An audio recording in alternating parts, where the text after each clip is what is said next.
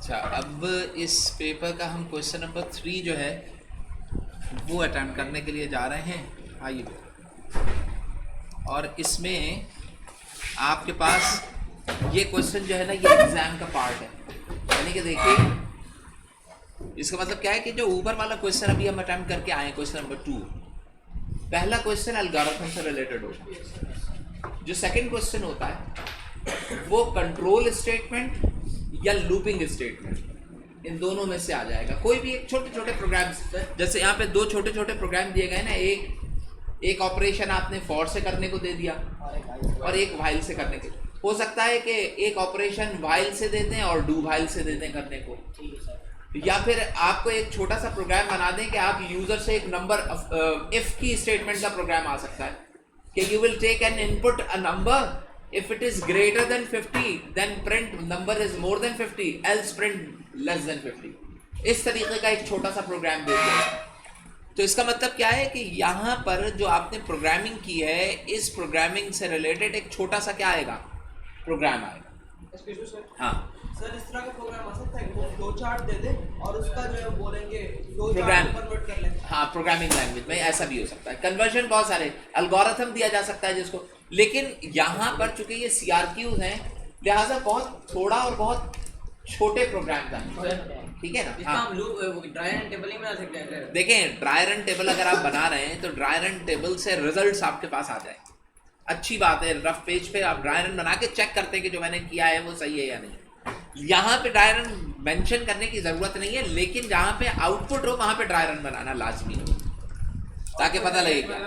मैं बताऊंगा अभी क्वेश्चन आ रहा हूँ। अभी ये चीज समझ में आई।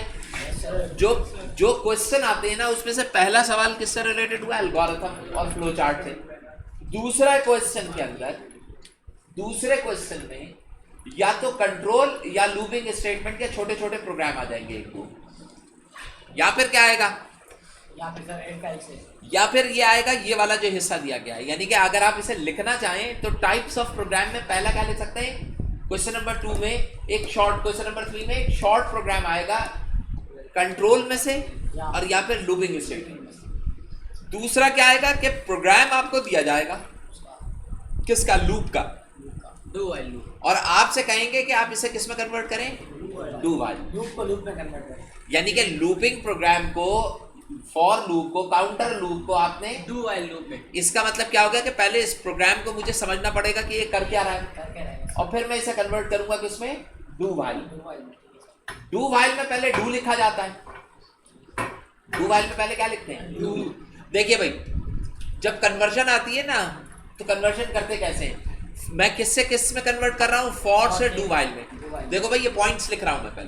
पहले मैं वेरिएबल को इनिशियलाइज कराऊंगा। पहले क्या करूंगा मैं, इनिशियलाइज होगा। ठीक है, जब वेरिएबल इनिशियलाइज हो जाएगा तो मैं क्या लिखूंगा, डू लिखूंगा, स्मॉल डी आएगा ये। ठीक है, उसके बाद फिर क्या लिखी जाएगी, बॉडी स्टार्ट हो जाएगी। अच्छा, बॉडी में जो चीज दी गई है वो लिख दी जाएगी, जो भी गिवन। उसके बाद बॉडी के अंदर ही, ये बॉडी ओपन हुई यहां से, बॉडी के अंदर ही इंक्रीमेंटल स्टेटमेंट आएगी। ठीक है, और फिर बॉडी क्या हो जाएगी, क्लोज हो जाएगी। और क्लोज होने के बाद मैं यहाँ पे लिखूंगा व्हाइल, और यहाँ पे लिखूंगा क्या चीज, कंडीशन, क्योंकि डू व्हाइल में कंडीशन क्या होती है, बाद में। सही। अब ये बताइए, इसके अंदर अगर मैं करूं तो ये दोनों स्टेटमेंट्स ऐसे ही आ जाएंगे, हैश इंक्लूड कॉन आईओ और stdio.h। अब मैं मेन से स्टार्ट करता हूं। आपने क्या लिखा, मेन। अब पहला स्टेप जो है, मेन के बाद वेरिएबल डिफाइन हो रहा है। वेरिएबल को आप डिफाइन कर लें, इंटीजर सी, काउंटर वेरिएबल सी है। अब बताओ, पहला काम जो करना है तुमने वो क्या करना है, पहला काम जो करना है वो क्या करना? तो वेरिएबल इनिशियलाइज करने का तो क्या, सी कहां से शुरू हो रहा है, तो मैं क्या लिखूंगा पहले, सी इज इक्वल टू 2। ठीक है, यहीं पे लिख सकते थे, कोई फर्क नहीं पड़ता। वेरिएबल इनिशियलाइज हो गया। दूसरा काम क्या है, अब आपने डू लिखना है। देखो, अगर यहाँ पे और स्टेटमेंट्स होती, कोई चीज प्रिंट हो रही होती, तो मैं एज इट इज लिख देता हूँ। अब मैं लूप स्टार्ट कर रहा हूं तो मैं क्या लिखूंगा यहाँ पर, डू लिखा, बॉडी स्टार्ट हुई, बॉडी के अंदर क्या चीज लिखी है? ये सर ये सी की वैल्यू तो नहीं लिखी हुई जो बोल रहे हैं आप, और लिखा होता तो प्रिंट कर देता। सी की वैल्यू तो हमने तो खुद से लिखी है ना। फिर से कहिए। सर ये जो आपने बोला है कि और लिखा होता वो भी प्रिंट कर देता मैं। कहाँ लिखा होता? इंट सी के। नहीं, मैं ये कह रहा हूँ फॉर है ये। Yes sir. फॉर की बॉडी में सिर्फ एक स्टेटमेंट है। यस अगर कुछ और भी प्रिंट हो रहा होता है, 2-3 चीजें, जी। तो मैं क्या करता, यहाँ पे अगर एक स्टेटमेंट लाइक लिखा होता है C is equal to C plus one, ये भी तो मुझे यहाँ पे क्या लिखना पड़ता है? C is equal to C plus one. जो भी लिखा होता है ना, जो भी बॉडी होती है वो एज इट इज आ जाती ठीक है। है। तो बॉडी एज इट इज आ जाने का मतलब क्या है? देखिए बेटा, yes sir. Body as it is आ जाने का मतलब क्या है कि अब मैं यहाँ पे बॉडी में क्या है, सिर्फ प्रिंट एफ है, यस सर। तो मैं क्या लिखूंगा यहाँ पर? प्रिंट एफ, सेम स्टेटमेंट उतार दूंगा मैं। क्या है भाई? Percent D slash N. Slash N ये डबल क्लोज और सी। अरे आगे या पीछे आने से कोई फर्क नहीं पड़ता स्लैश एन का। भाई एंटर बाद में करना है, एंटर पहले करना है, उससे कोई फर्क नहीं पड़ता। अच्छा ये हो गया। अब ये देखिए बॉडी आ गई, अभी मैं क्लोज नहीं करूंगा, बॉडी के बाद क्या करना है? इंक्रीमेंट। तो बताइए काउंटर वेरिएबल सी था, तो इंक्रीमेंट कितनी इंक्रीमेंट की जा रही है? C plus plus. तो इसका मतलब क्या है? यहाँ पे इंक्रीमेंटल स्टेटमेंट क्या लिखूंगा मैं? C plus. अब इसको बॉडी को क्या करूंगा? ये वाली जो बॉडी ओपन हुई थी, इस बॉडी को यहाँ पे क्या कर दूंगा? क्लोज कर दूंगा। अब लिखा जाएगा क्या चीज? वाइल। यहाँ पे लिखूंगा मैं वाइल, और वाइल में कंडीशन ये है, यही होती है ना कंडीशन। Equal to 5। तो मैं क्या लिख लूंगा? सी इज लेस देन और इक्वल टू 5। अब आप ये बताइए कि यहाँ तक ये कंप्लीट हो गया, Yes, sir. यहाँ पे ब्रैकेट क्लोज हो गया ना, तो यहाँ पे जो मेन का ब्रैकेट ओपन था वो यहाँ पे क्लोज हो जाएगा। ये कन्वर्जन हो गई। अब अगर तुम चलाओ, हाँ कहिए, वाइल डू का हिस्सा होता है, समझ रहे हैं? डू से बॉडी स्टार्ट होती है और वाइल पे खत्म होती है। एक होता है वाइल स्टेटमेंट, वाइल की अपनी एक अलग बॉडी होती है। अगर वाइल डू के साथ लग जाता है तो फिर उसकी बॉडी ऊपर होती है। अगर वाइल डू के बगैर अकेले इस्तेमाल हो जाता है तो उसकी बॉडी नीचे होगी, नीचे होगी। समझे? बच्चे आए नहीं? ब्रेक 20 मिनट की ब्रेक 20 मिनट की है। वो शायद चलेगी 30 मिनट वाले साथ। चलो ये चीज समझ में आ गई। Yes sir. तो इस तरीके से मैंने इस प्रोग्राम को कन्वर्ट कर दिया किसमें? Do while. अब ऐसे ही अगर डू वाइल दिया हुआ है और मुझे इसमें कन्वर्ट करना है, तो देखिए ये वेरिएबल इनिशियलाइज है, तो मैं कैसे लिखूंगा? पहले इंट सी लिखूंगा। फॉर के लिए क्या किया जाता है? फॉर लिखेंगे, फिर जो वैल्यू इनिशियलाइज हुई हुई थी, पहली वैल्यू थी वैल्यू की, वो सी इज इक्वल्स टू वो पहले ही करके लिख ली जाएगी। फिर जो कंडीशन होती है वो सी के अंदर लिखी जाएगी। फिर इंक्रीमेंटल, अब आपको ढूंढना पड़ेगा ये कंडीशन कौन सी है। अब मैं अगर यहाँ पे देखूं तो मुझे पता है ये क्या चीज है? कंडीशन। ये क्या है? इंक्रीमेंटल। और ये वाली क्या चीज है? बॉडी ऑफ द लूप है। खुद ढूंढना पड़ेगा सर। ये आपको ढूंढेंगे और आपको मिल जाएगा। यानी कि इंक्रीमेंटल स्टेटमेंट के साथ बॉडी में तमाम की तमाम बॉडी स्टेटमेंट्स होती हैं। तो और ये क्या होगी? आपके पास इनिशियलाइज वैल्यू। तो इसको रिवर्स कर दोगे तो ये चीज आ जाएगी, इसको बैक करोगे तो ये चीज आ जाएगी। तो ये आपने क्या किया है? लूप को, फॉर लूप को कन्वर्ट कर दिया है किसमें? Do while. फॉर लूप को किसमें कन्वर्ट कर दिया? अस्सलाम वालेकुम।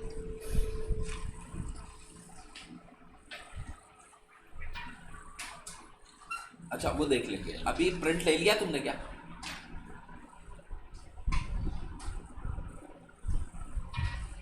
यार 1-2 में क्यों नहीं है? लिखा हुआ है वहां पे, कोई प्रिंसिपल सिग्नेचर लिखी है। एक तो तुम प्रिंट ले क्यों रहे हो? तुमने मुझसे पूछा क्यों नहीं भाई? सामने देख के लेते ना, मैं तभी तो बैठा हूँ। मुझे तो नहीं पता है कि रिजल्ट्स तुम्हारे पास रिसीव हुआ मेरे भाई का। क्यों, किस वास्ते ले रहा है? उनको कहो कि सब्र करें ना। अब इस तरह के इश्यूज आएंगे तो हम करेंगे क्या? थोड़ा सा मेरे भाई उनको रोक के रखो, फिर ये मैं क्लास से भी फारिग होता हूँ, आके देख लेंगे, हो जाएगा। चलो अब देखिए ये क्या है? Right the output of the following. अब देखो दूसरे में कह रहे हैं इस प्रोग्राम का आउटपुट लिखो, लेकिन मैं अगर कहूँ कि यार मैं इस प्रोग्राम का आउटपुट लिखने से पहले इस प्रोग्राम को फॉर नेक्स्ट में कन्वर्ट कर, फॉर में कन्वर्ट कर दूँ इसको, तो मैं कर सकता हूँ। देखिए फॉर के अंदर अगर मैं चेक करता हूँ तो देखिए इनिशियलाइज हो रहा है ये। Yes sir. ये क्या चीज आई? कंडीशन। कंडीशन आई। अच्छा ये बॉडी ऑफ द लूप में आएगा पूरा, और ये क्या होगी? इंक्रीमेंटल। यानी कि अगर मैं चेक करूं तो ये इनिशियलाइजिंग स्टेटमेंट होगी। Yes sir. इनिशियलाइज हो रहा है, ये ये क्या होगी कंडीशन कंडीशन, होगी और ये और n increment और minus। ये क्या होगा इंक्रीमेंटल होगा। ये दोनों चीजें किस में आएगा, सर ये बॉडी में आएंगे। ये बॉडी में आ जाएगी। अब जरा मैं इसको फॉर में चेंज कर रहा हूँ, मैं दोनों में चेंज करके बताता हूँ, फॉर में भी करता हूँ और वाइल में भी करता हूँ। डिक्रीमेंटल डिक्रीमेंट यानी कि इंक्रीमेंटल डिक्रीमेंटल स्टेटमेंट होगी, लेकिन कहलाएगी इंक्रीमेंटल स्टेटमेंट, मतलब कहलाएगा वही जो कि मुस्तकिल परफॉर्म हो रहा है, चेंज स्टेटमेंट है। चले भाई, फॉर में जब मैं कन्वर्ट करूंगा, पहले देखिए क्या लिखा है, इंट ये लिखा है ना, मैं क्या करूंगा, एक इंटीजर डिफाइन करूंगा जिसका नाम क्या है एन n। चाहूं तो n इज इक्वल टू 11 यहीं पे लिख दूं, कोई फर्क नहीं पड़ता। Yes sir. अब क्या लिखूंगा मैं, फॉर।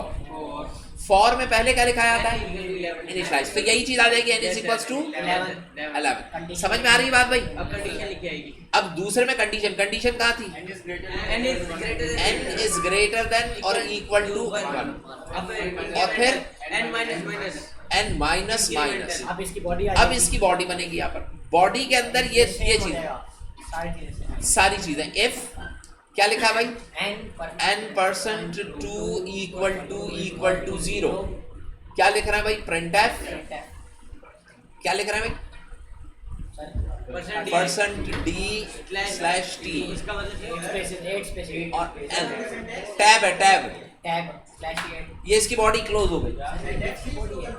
हाँ बेटा, नहीं मैंने कन्वर्ट किया, यानी कि इससे जो रिजल्ट आ रहा है वही रिजल्ट यहाँ पे मुझे किससे मिल रहा है, फॉर से। यानी कि आप जानते हैं इफ भी लूपिंग स्टेटमेंट है, सॉरी फॉर भी लूपिंग स्टेटमेंट है, व्हाइल भी लूपिंग स्टेटमेंट है, डू व्हाइल भी लूपिंग स्टेटमेंट। सर ये हमें दिया तो नहीं किया तो फॉर लूप में कैसे ये मुझे दिया नहीं गया था, ये मैंने तुम्हें समझाया कि अगर क्वेश्चन लिखा होता तो कहते कि कन्वर्टेड इनटू, हाँ कन्वर्टेड इनटू फॉर लूप, तो आप इस मेथड के थ्रू कर रहे हो। अब जरा देखिए आपने किस में कन्वर्ट किया, फॉर में था क्या ये आउटपुट व्हाइल।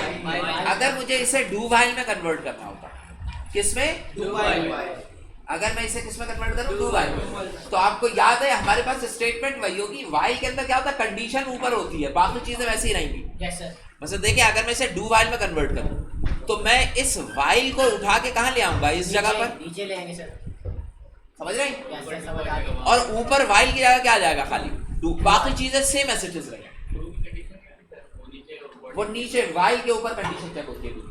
यानी कि मैं इसको कैसे लिखूंगा, ये ऐसे आ जाएगा int n is equal to 11, मैं पहले लिखूंगा डू, अब ये स्टेटमेंट ये पूरी आ जाएगी, तीनों चीजें आ जाएंगी। ये तीनों चीजें आ जाएंगी, ये क्लोज हुआ, और फिर यहाँ पे मैं लिखूंगा व्हाइल और यहाँ पे लिखूंगा n इज ग्रेटर देन और इक्वल टू 1। कौन सी तीनों चीजें ये यानी कि ये पूरी चीजें जो होती है ना व्हाइल के अंदर इंक्रीमेंटल स्टेटमेंट के साथ, ये सब के सब डू व्हाइल के अंदर भी वही रहती है, चेंज नहीं होती। समझ में आई बात, हाँ भाई। अच्छा अगर व्हाइल से डू, अगर डू व्हाइल से व्हाइल में जाना है तो सर बस वाई तो आप क्या करेंगे, डू क्रॉस करके व्हाइल उठा के डू की जगह लिख दें, बस खत्म। Yes sir. समझ रहे हैं, फॉर के अंदर कन्वर्जन में आपने थोड़ी सी सीक्वेंस को फॉलो करना, तो ये कन्वर्जन। अच्छा बात ये है कि इस प्रोग्राम में आपको कन्वर्जन नहीं करनी थी, ये नहीं चाहिए था, हमें आउटपुट चाहिए। हमें यहाँ पे क्या देना है, आउटपुट। जब तुम्हें आउटपुट चाहिए तो इसका मतलब क्या है, आउटपुट लूपिंग स्टेटमेंट का ड्राई रन के थ्रू होता है। तो देखिए भाई इसका ड्राई रन कैसे करेंगे, पहले n है तो n लिख लीजिए, कंडीशन n के बाद नीचे आए कंडीशन चेक हो रही है, कंडीशन लिख रहे हैं greater than equal to 11 n is greater than और इक्वल टू 1। फिर I n minus minus change हो गया। उसके बाद ये चीज है, यस सर। क्या चीज लिखा है, n% n% 2 इक्वल टू 0।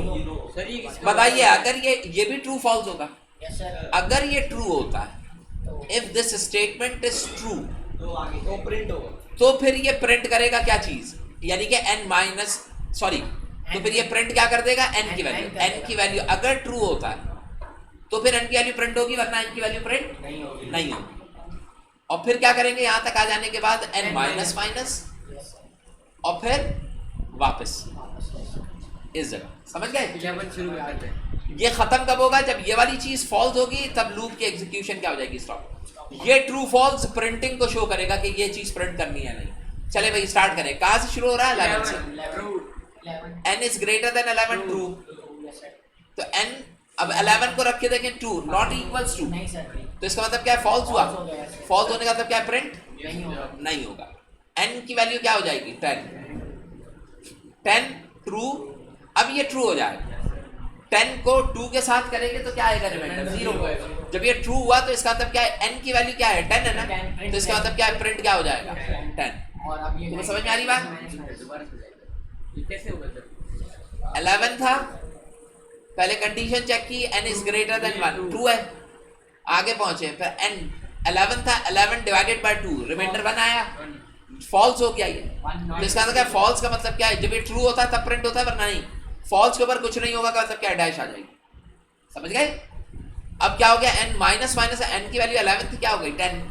अब यहाँ पे क्या आएगा 10, Yes, sir. 10. फिर ये क्या होगा ट्रू, अभी भी ट्रू है। समझ में आ रही बात? फिर से बताऊं? नहीं से ये समझ आ रही है सर। आ रही। फिर ये क्या करेंगे, 10 को 2 से करेंगे, रिमाइंडर क्या आएगा 0। जब 0 आया तो इसका मतलब क्या, ट्रू हो गया, तो 10 क्या कर देगा, प्रिंट कर देगा। अब ये एक और काम करूंगा तो क्या आएगा 9। अब 9 यहाँ रखोगे, ये भी ट्रू, ये क्या हो जाएगा फॉल्स, तो 9 प्रिंट नहीं होगा, ये क्या बन जाएगा 8। जब 8 यहाँ रखोगे ये ट्रू होगा, ये ट्रू कर जाएगा, ये 8 भी क्या कर देगा, तो ये 8 के बाद 6 होगा, 6 के बाद 4, 4 के बाद 2 और 2 के बाद 1 नहीं प्रिंट करेगा, 0 नहीं करेगा ना, क्योंकि 0 के अंदर तो फॉल्स हो जाएगी यहाँ पर। जब फॉल्स करेगा तो यहाँ से बाहर आ जाएगा, 2 तक प्रिंट कर देगा ये। तो अब तुमसे क्या कह रहे हैं कि फाइंड द आउटपुट, तो आउटपुट यही हुआ ना, तो आखिर में आप यहाँ पे क्या लिख देंगे, क्या लिखेंगे भाई 10 8 6 4 और अच्छा हाँ सॉरी आगे की तरफ ऐसे, हाँ 8 स्पेसेस आई, ये ऐसे नहीं लिखा, 8 स्पेसेस आ रही है ना डेल्टा टी, तो ये लिखा जाएगा 10 8 4 6 4 2 और 1, सॉरी 2 2 तक। अच्छा यहाँ पे जरूरी नहीं आप 8 स्पेसेस दे रहे हैं, जब आपने गैप कर दिया तो यहाँ पे ऐसे डाल के लिख लें 8 स्पेसेस, तो मुझे ये समझ में, प्रोग्रामर एग्जामिनर को समझ में आ जाएगा कि आपने 8 स्पेस इंसर्ट कर दिए। तुम्हें समझ में आया, बात क्लियर हुई? अब आप देखिए अगला, हाँ भाई लइए, यस सर। इसको अगर मैंने डू वाइल में करना है तो मैं क्या करूंगा, सर वाइल नीचे ले आए। वाइल को नीचे ले आऊंगा, ऊपर क्या लिख दूंगा। ऊपर सर अब यहाँ पे देखिए ये कंडीशन कैसे चल रही है, n की वैल्यू लिखूंगा पहले, यस सर। फिर क्या है सी c है, फिर फिर सम सम है, फिर सी फिर नीचे आइए तो कंडीशन चेक हो रही है, n इज लेस देन और इक्वल टू 11। अब क्या हो रहा है, सी की पावर देख रहे हैं? नहीं,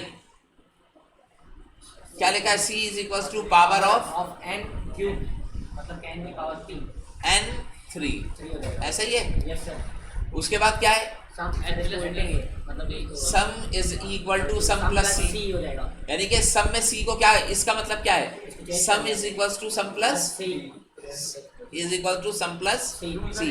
इन दोनों स्टेटमेंट में फर्क क्या है, ये वाली सिंबल कौन सा कहलाता है, प्लस एक ऐड कर देंगे। नहीं वो तो हो रहा है, एक नहीं ऐड हो रहा, sum is equal sum plus C, C sum में ऐड हो रहा है। ये इस ऑपरेटर को क्या कहते हैं, ये दो हैं एक है, तो ये कहलाता है कंपाउंड, दो होते हैं तो क्या कहलाता है कंपाउंड। अच्छा हो क्या रहा है, वैल्यू असाइन की जा रही है, यस सर। सी में सम को ऐड करके वैल्यू सम में डाल रहे सम में हैं, डाल तो वैल्यू असाइन कर रहे हैं ना, असाइन हो रही है। तो ये कहलाएगा कंपाउंड असाइनमेंट ऑपरेटर कहलाता कंपाउंड असाइनमेंट है, असाइनमेंट ऑपरेटर, यानी कि plus equal to minus equal to multiply equal to, ये सारे क्या कहलाएंगे, कंपाउंड असाइनमेंट ऑपरेटर। ठीक है, अब ये देखिए, ये मैंने सी प्लस प्लस लिखा और फिर एन प्लस प्लस है ना, ये यस सर। अगली स्टेटमेंट ये मैंने लिखा एन प्लस प्लस। अच्छा अब यहाँ पे लूप खत्म हो गया, यहाँ यस सर। यहाँ पे लूप खत्म, लूप खत्म। मुझे ये वाली स्टेटमेंट लिखने की जरूरत आगे नहीं है, क्योंकि स्टेटमेंट जो होती है वो सिर्फ किसके लिए होती है, लूपिंग के लिए। देखिए अब चले भाई n की वैल्यू रखिए, n किससे शुरू कर रहे हैं, 11 से ना, 1 से शुरू कर रहा है 11 तक जाए, मैं इसको 4 तक कर लेता हूँ। मैं कहाँ तक जा रहा हूँ, ताकि लंबी स्टेटमेंट्स आए, मैं यहीं पर कंप्लीट यस सर, करूँ। कंप्लीट हो गया। तो अब आप देखिए, पहले n की वैल्यू क्या आई 1, नीचे उतरे इधर, देखिए n की वैल्यू 1 आई, c की वैल्यू मुझे नहीं पता क्या है, सम की वैल्यू क्या है 0, तो सम की जगह क्या रख दिया 0, यहाँ पे डैश करना नहीं पता। फिर क्या चेक किया, n इज लेस, देखिए n की वैल्यू क्या 11 से कम, वो 4 से कम है, yes sir. Yes true, sir 4 क्यों लिखा सर? मैंने खुद चेंज कर दिया क्योंकि बहुत सारी आइटरेशन करनी पड़ती है। ठीक है अब c is equal to power, n की वैल्यू क्या है वन, वन वन की पावर 3 क्या होगा? वन। वन किसे मूव करेगा? सर सी में सी, तो सी की वैल्यू क्या आ गई? वन। ये किसकी वैल्यू आ रही है? ये असल में वैल्यू किसकी आ रही है? सी की वैल्यू आ रही है। तो सी की वैल्यू क्या आ गई? वन। आगे चलो, sum is equal to sum plus C. Sum 0 था, 0 प्लस 1 क्या होगा? 1। ये किसकी वैल्यू आ रही है? 1। सम की सम की वैल्यू आ रही है। यहाँ पे जो वैल्यू आ रही है ये किसकी वैल्यू है? सम की ये सम की सर हम वैल्यू। पीछे लिख नहीं देंगे फिर वन ठीक है वो अगली नहीं नहीं भाई, यहीं पे जो जो स्टेप्स यहाँ पे थे सेम एज इट इज लिख के आओ। उसके बाद अगला क्या है? n plus. n की वैल्यू इस पूरे में देखो, पीछे आओ, 2 आ गया पीछे आओ। n क्या है? 1 था, यहाँ पे क्या हो हो जाएगा गया? 2 2। वापस लौटेंगे इधर 2। वन सी वन है वन c क्या है? वन जीरो का वन है। ये और जीरो सम का भी वन सम क्या है? 1 है। यहाँ पे सम क्या हो गया था? ठीक है। 1। अब n is less than equal to 4। हो जाएगा ट्रू। तो अब बताइए n क्या है? 2। 2 की पावर 3 क्या होगा? 8। अच्छा, अब c की वैल्यू अगर 8 हो गई तो 8 में जब 1 को ऐड करोगे, देखो c की वैल्यू 8 है, सम की वैल्यू 1 है, 9 हो जाएगा क्या हो जाएगा? 9 9। n की वैल्यू क्या हो जाएगी? 3। अब 3 यहाँ लिखेंगे। c की वैल्यू क्या हो चुकी है? 8 c की वैल्यू क्या है? 8। सम की सम की वैल्यू क्या है? 9। ये 2 अच्छा, अब यहाँ पे ये भी क्या है? ट्रू है। n 3 है ना। अब ये बताइए, n 3 है, 3 3 9, 9 3 27। अब बताइए इस 27 को सम को, 27 को सम में, सम की वैल्यू क्या है? 9 और c की वैल्यू क्या है? 27। सम प्लस c हो रहा है ना, ऐड करोगे तो कितना होगा? 36। अब n की वैल्यू क्या होगी? 4। मैंने ये लेस देन भी नहीं है, इक्वल टू 4 है। 4 हुआ। c की वैल्यू क्या है? 27। सम की वैल्यू क्या है? 36। सपोज ये यहाँ पे क्या हो गया? False हो गया। क्योंकि ये जो है ना n is less than equal to, ये फॉल्स हुआ तो क्रॉस हुआ। यस सर सम की वैल्यू क्या आई? सपोज मैं इसको शॉर्ट कर रहा हूँ ना, हां सर आप उसको 11 तक करते रहते। अब ये क्रॉस हो गया तो ये 36 आ गया। यस सर जब तुम यहाँ से बाहर निकलोगे तो सम की वैल्यू क्या होगी? सम तो बताइए, सम इज इक्वल टू सी की वैल्यू प्रिंट कर रहा है ये। यस सर क्या सी सम के बराबर होगा? बोलो। नहीं सर नहीं, इसने लिख दिया सम और प्रिंट किसकी वैल्यू कर रहा है? तो ये लॉजिकली रॉन्ग है। प्रिंट हो जाएगा सी की वैल्यू क्या है? तो इसका आउटपुट क्या आना चाहिए? लेकिन अगर ये यहाँ पे सम लिखता तो आउटपुट क्या आता? 36 आना चाहिए सर तो समझ में आ रही बात? यस सर अब ये बताओ, जब मैं प्रोग्राम एग्जीक्यूट करूंगा तो आपको कोई सिंटैक्स एरर नहीं देगा। आउटपुट क्या दे रहा होगा? 27। लेकिन क्या आउटपुट डिजायर्ड है? नहीं। तो ये लॉजिकल एरर होगा। 27 हो जाएगा पावर 9 की पावर 3 वो तो आता रहे, लेकिन ये इन्होंने कैलकुलेशन करके सबको करके प्रिंट कर दिया। जो आउटपुट हो रहा है बस हमने एज इट इज वैसे ही करके या आप खुद करके। अब यहाँ पे देखें, राइट द प्रोग्राम। अब मैंने उस वक्त आपसे ये एग्जांपल दी थी कि आप जो परफॉर्म करने के लिए जा रहे हैं एक्शन, सुनो भाई, जो एक्शन परफॉर्म करने के लिए जा रहे हैं उसके स्टेप्स हैं होने चाहिए। यस जैसे न्यूमेरिकल को सॉल्व करते हैं तो पहले मैं देखता हूँ कितनी वैल्यूज हाथ में है मेरे, फॉर्मूले में वो वैल्यूज प्लेस कर दूंगा और आंसर डिस्प्ले करा दूंगा। अब बताओ, इसने यही कहा हुआ है यहाँ पर, इसको देखें तो आपको समझ में आएगा। पहले क्या कह रहा है? 3 integer values A B C लो फ्रॉम यूजर। तो अब 3 वैल्यूज अगर आप यूजर से लेंगे तो देखिए, ये मैं मेन से स्टार्ट कर रहा हूँ। जब मुझे 3 वेरिएबल्स इनपुट लेने हैं तो पहले मुझे क्या करने पड़ेंगे? डायरेक्ट स्टार्ट करें डिफाइन, वो ऊपर से लिख लीजिएगा, ए बी एंड सी। अब क्या करना है? मैंने यूजर से इनपुट लेने। तो भाई बताओ, हाँ, इनपुट स्टेटमेंट कौन सी आएगी? क्या? प्रिंटफ क्या लेंगे? प्रिंटफ तो डिस्प्ले करने के लिए होता है, मुझे तो यूजर से चाहिए। हाँ, तो उसमें जो है वो ABC की जो है स्कैनफ करके वैल्यू, मुझे ये वैल्यूज कहाँ से चाहिए? यूजर से। तो मुझे पता है कि जब यूजर लिखा होगा तो मैं क्या करूंगा? कितनी वैल्यूज स्कैनफ करूंगा? 3। तो इसका मतलब क्या है कि मुझे पहले मैसेज डिस्प्ले कराऊंगा यूजर के लिए कि एंटर फर्स्ट वैल्यू, तो मैं प्रिंटफ लिखूंगा। मैं क्या लिखूंगा यहाँ पर? प्रिंटफ। यहाँ पे मैं तीनों साथ लिख देता हूँ, enter 3 values of A B and C. ये 3 वैल्यूज ए बी सी की वैल्यूज इनपुट ले रहा हूं मैं। ये मैंने स्क्रीन के ऊपर क्या कराया? स्लैश एन करके डिस्प्ले करा दिया। अब मैं क्या करूंगा? स्कैनफ लूंगा। अब जब मैं स्कैनफ लूंगा तो मैं कैसे लिखूंगा percent D M% percent D %D percent तीन डी है ना variable M% A M% B comma डाल के M% C और ये। अब ये बताइए कि ये जो स्टेप्स लिखे मैंने, एक ये वाला और एक ये वाला, पूरे यहाँ तक स्टेप्स, यस सर ये जो है ये असल में कन्वर्जन है इस स्टेटमेंट का। ये स्टेटमेंट पूरी हुई है, पूरी हो गई हमारी, ये पैदा हो गया हमारा, पहली स्टेटमेंट पूरी हो गई। हो गई। इसका मतलब क्या है कि यूजर ने जो इनपुट दिया होगा वो एबीसी में आ गया। यस सर अब अगला काम क्या कह रहा है, कैलकुलेट फार्मूला डी की वैल्यू कैलकुलेट कर। तो फार्मूला लिखेंगे तो डी की वैल्यू कैलकुलेट करने के लिए मैं फॉर्मूला कैसे लिखूंगा, एक वेरिएबल डी भी है, तो इसका मतलब क्या है कि मैं एक और वेरिएबल यहाँ पे डी डिफाइन करूंगा। तुम्हें समझ में आ रही बात, हो रहे थे ना, जहां तक पहुंचे वहां तक समझ में आया। अब मैं क्या करूंगा, डी डिफाइन करूंगा। भाई तीन वैल्यूज आ गई, अगर जैसे मैं इस वक्त न्यूमेरिकल का बता रहा था, तो उस न्यूमेरिकल में तीन वैल्यूज जब आ जाएंगी, एक सेकंड, हाँ हेलो, लास्ट देखना पड़ेगा यार, नहीं पांचवा नहीं है, पांचवा सही सही सही सही। तुम्हें समझ में आया? ये वाली स्टेटमेंट क्या शो कर रही है, इनपुट 3 वैल्यूज फ्रॉम यूजर।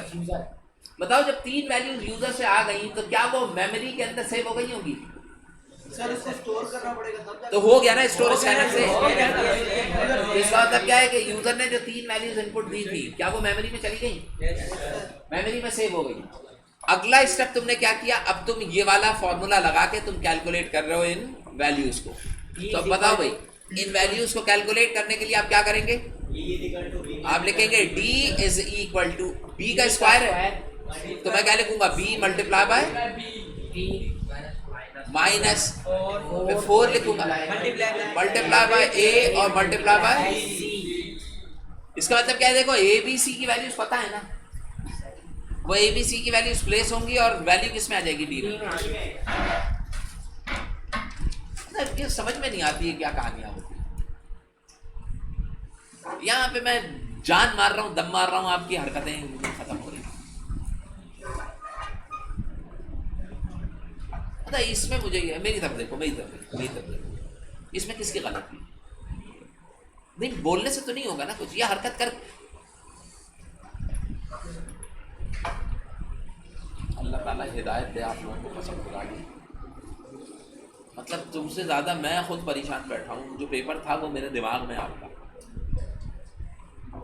खैर, d is equal to B square minus 4ac। Yes sir जब मैं ये फॉर्मूला लिखूंगा तो इसका क्या मतलब होगा, बता सकेंगे आप? चुप करना भाई। हाँ, ये मैंने जो फॉर्मूला लिखा है, इस फॉर्मूला लिख लेने के बाद क्या काम हो चुका होगा है? कैसे d की वैल्यू कैसे कैलकुलेट हुई है, तुम्हारे पास d की वैल्यू कैसे आई, आप बता सकेंगे? हाँ बोलिए। हाँ, वो वैल्यूज पहले कहाँ थी, मेमोरी में, फिर वो वैल्यूज कहाँ प्लेस हुई, इस इक्वेशन में, और इक्वेशन के बाद कहाँ किस में आ गई, डी में आ जाने का मतलब क्या है, डी भी क्या है, वेरिएबल है जिसमें वो डी की वैल्यू कैलकुलेट करके लिख चुका होगा, और यहाँ पे सेमीकोलन आया, खुद एक वेरिएबल है, डी की वैल्यू आ गई। यस सर हाँ भाई, डी की वैल्यू समझ में आ गई। अब आगे क्या करते हैं, then output the following message. अब जब डी की वैल्यू आ जाए, तो जब डी की वैल्यू लेस देन 0 हो तो ये लिखा हुआ है, तो डी निकाल चुके हो ना, कैसे लिखोगे भाई? देखें भाई, अब ये जो दे रहा है ना कि अगर ऐसा हो तो ये हो जाए, ऐसा हो तो ये हो जाए, ऐसा हो तो ये हो जाए, तो इसका मतलब क्या है, ये इफ देन एल्स की स्टेटमेंट आ रही है। स्विच स्टेटमेंट भी लगा सकते हैं ना, अगर हैं? वो सर इस पे ये आपने लगाई थी। हाँ, एक काम सीधा सीधा हो रहा है, स्विच के अंदर घुस रहा है बिला वजह। कोई इंसानियत मेरी बात समझे, स्विच कहलाता क्या है? मेरे पास 4 ऑप्शंस हैं, समझ रहे हैं? उस 4 ऑप्शन, अगर मैं कहता हूं प्रेस 1, अब ये मुझे बताओ कि तुम यहां तक जब प्रोग्राम में पहुंचोगे तो तुम्हें पता होगा डी की वैल्यू क्या है? नहीं, तुम्हें तो नहीं पता डी की वैल्यू क्या आई है। अब क्या तुम, यूजर को भी तो नहीं पता ना डी की वैल्यू क्या आई है। अगर तुम कहोगे कि press 1 if D is less then 0, press 2 if D, तो यूजर कहेगा मुझे तो वैल्यू नहीं पता। तो मैं कैसे प्रेस करूं? समझ में आ रही बात? ये सारी चीजें कैलकुलेशन में, ये वाला पार्ट जो है वो इफ स्टेटमेंट के जरिए होगा। सुने भाई, नहीं करें। ये वाला पार्ट किसमें होगा? इफ में होगा। हाँ, नहीं, ये वाला पार्ट किसमें होगा? इफ में होगा। तो अब इफ के अंदर अब आप इसको कैसे परफॉर्म कर सकेंगे कि देखिए भाई, आप लिखेंगे इफ, कंडीशन लिखेंगे। इफ अब कंडीशन क्या आएगी? D less than 0 तो D is less than equal to भी है, नहीं sir D is less than 0। then बताइए, अब अगर ये लेस देन 0 आता है तो मुझे क्या लिखना होगा? इसकी बॉडी print नहीं, अब मैं पहले क्या करूंगा? इसकी बॉडी बना, बॉडी बनाएंगे। प्रिंट एफ, क्या स्टेटमेंट आ जाएगी? रूट्स the roots are देखिए ऊपर क्या लिखा था? roots are complex complex. Roots are complex. तो मैं यहाँ पे लिख दूंगा /n, roots are complex complex, और यहाँ पे कॉम्प्लेक्स लिखकर कोटेशन क्लोज करके ये कर भाई। बेटा बेटा सुने, else if अब यहाँ पर ये मैंने इसकी बॉडी क्या कर दी? else if अब मैं लिखूंगा एल्स if इफ। D अब is D is equal to 0, तो फिर क्या लिखूंगा मैं? roots are equal roots are real. Roots क्या होंगे? real हो गए रियल होंगे। ये अभी आपने कर दिया, ठीक है। ये प्रिंट एफ में लिखेंगे, गलत लिख दिया मैंने, ठीक है। print f में भी आएगा अब ये क्लोज भी हो गया। आखिरी के अंदर अब मैंने क्या लिखना है? एल्स इफ नहीं, अब हम लिखेंगे एल्स, और इसमें क्या लिख लेंगे? रूट्स आर, प्रिंट एफ में रूट्स आर इमेजिनरी। कंडीशन नहीं आएगी नहीं, कंडीशन अब लिखने, तीसरे वाले में कंडीशन लिखने, क्योंकि 2 नहीं हुआ तो तीसरा तो कंफर्म है ना। Roots are रियल, हाँ सही है, roots are real and distinct. दूसरे में ये आप तीसरे के अंदर ये वाली चीज लिख दी, समझ गए? तो ये क्वेश्चन जो है बाद वाला, ये फिर हम बाद में ये देखेंगे, ये मैंने करवाए थे आपको, तो बस इसको यहीं तक आप